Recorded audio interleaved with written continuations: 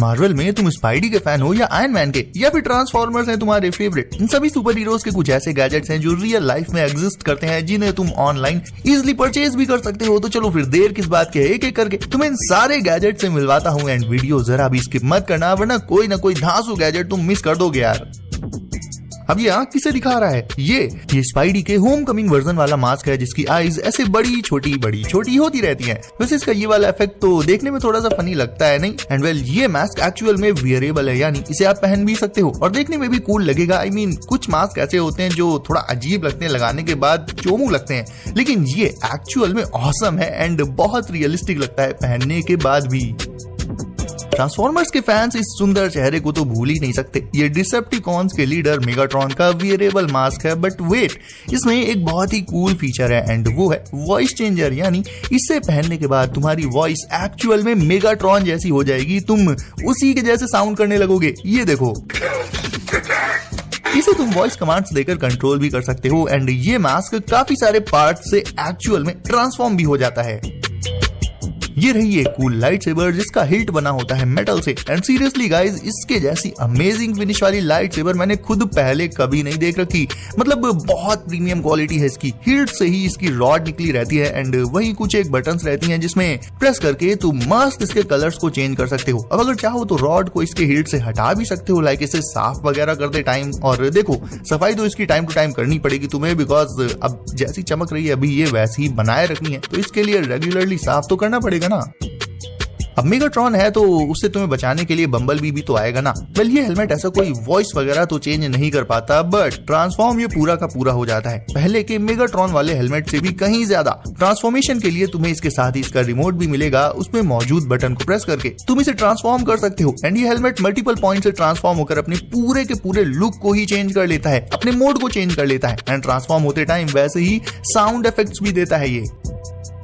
अब iron man की super power है उसके सूट से जो पावर अप होता है इस छोटे से डिवाइस यानी आर्क रिएक्टर से, जिसे टोनी ने गुफा में कुछ टुकड़ों से बनाया था।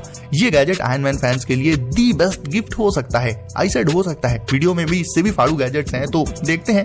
ये आर्क रिएक्टर आता है ग्लास के एक बॉक्स में। सबसे पहले तो तुम्हें इस मेन मॉड्यूल को इस दूसरे पार्ट में लगाना होगा, फिर उसे ग्लास बॉक्स के अंदर रख दो एंड कर दो ऑन। एंड फिर ये देखने में कुछ ऐसा लगेगा, बिल्कुल टोनी के पहले आयरन मैन 1 वाले क्लासिक आर्क रिएक्टर जैसा। कोई नैनोटेक नहीं, कोई दूसरा अपग्रेड नहीं, एंड ये लगातार ग्लो कर सकता है या फिर फ्लैश करते हुए भी जलता है, जैसा तुम चाहो।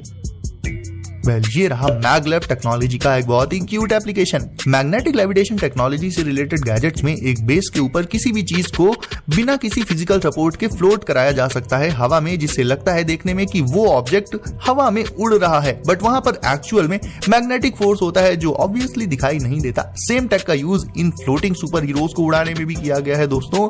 फिर चाहे वो आयरन मैन हो या फिर ये स्पाइडी, सुपर हीरोज के छोटे छोटे फिगरीन्स अपने बेस के ऊपर ऐसे फ्लोट करते हुए इसमें रोटेट करते रहते हैं, जो देखने में काफी कूल इफेक्ट लगता है।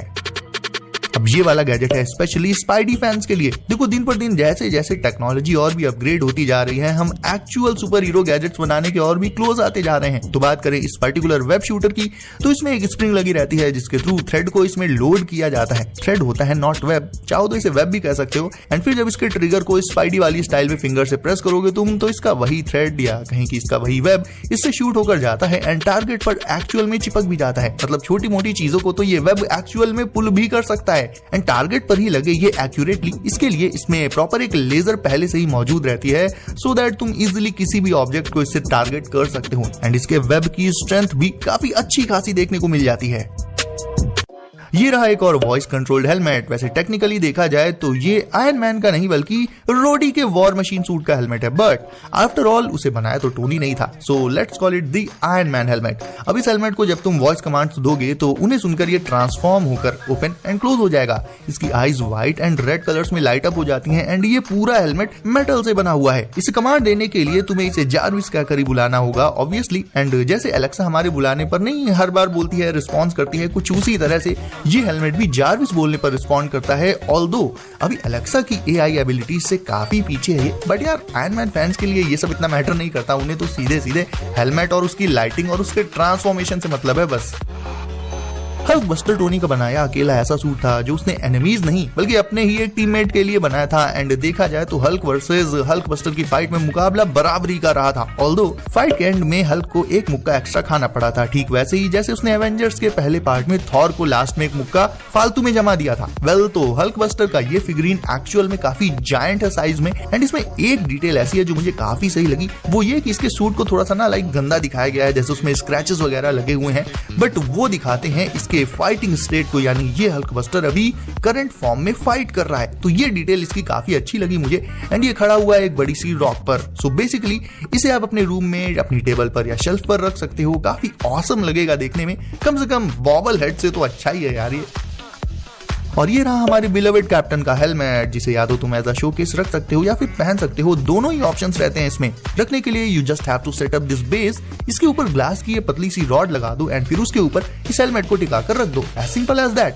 बट एक जो खास फीचर है इसका वो ये है कि इसे अपने स्मार्टफोन से कनेक्ट करके तुम इसमें मस्त अपना फेवरेट म्यूजिक भी सुन सकते हो, बिकॉज इसके बेस में एक स्पीकर भी होता है। हेलमेट में नहीं भाई, बेस में। हेलमेट में स्पीकर के लिए जगह ही कहाँ है। और लुक वाइज भी ये काफी रियलिस्टिक है, एक एक छोटी से छोटी डिटेल इसमें भी डाली गई है। सो ये गैजेट डेडिकेटेड है कैप्टन और उनके फैंस को।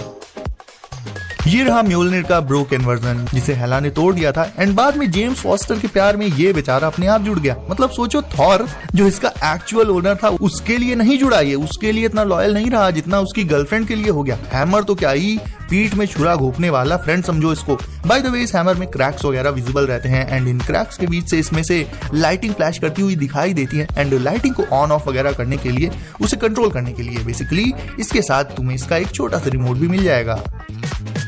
और गाइज ये रही कैप्टन की क्लासिक राउंड शील्ड, जिसे उसने पास ऑन कर दिया था फैल्कन को, जिसने हमें कैप्टन के रोल में डिसअपॉइंट करने में कोई कसर नहीं छोड़ी थी। वैसे सही पूछो तो मार्वल ने लेजेंडरी कैरेक्टर्स को बर्बाद करने में कोई कसर नहीं छोड़ी, फिर चाहे वो शी हल्क हो या फिर एबोमिनेशन हो।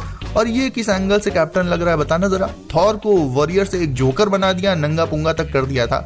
एनीवेज ये क्लासिक शील्ड पूरी मेटल से बनी है, शाइनी फिनिश के साथ आती है एंड इसमें पीछे साइड इसे फर्मली होल्ड कर सको तुम, इसके लिए प्रॉपर स्ट्रैप्स भी दिए गए हैं। सो एज अ सूवेनियर इसे लिया जा सकता है या फिर सिंपली अपने सुपर हीरो गैजेट्स के कलेक्शन में इसे भी ऐड कर सकते हो तुम।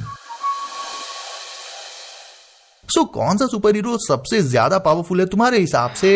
नीचे कमेंट्स में लिख दो फटाफट से एंड साथ ही वीडियो को लाइक करके चैनल को कर लो सब, नोटिफिकेशंस को ऑल पर जरूर से डाल देना ताकि वीडियो आते ही सबसे पहले तुम्हें मिले। सो स्टे सेफ, मिलते हैं अगली वीडियो में, बाय।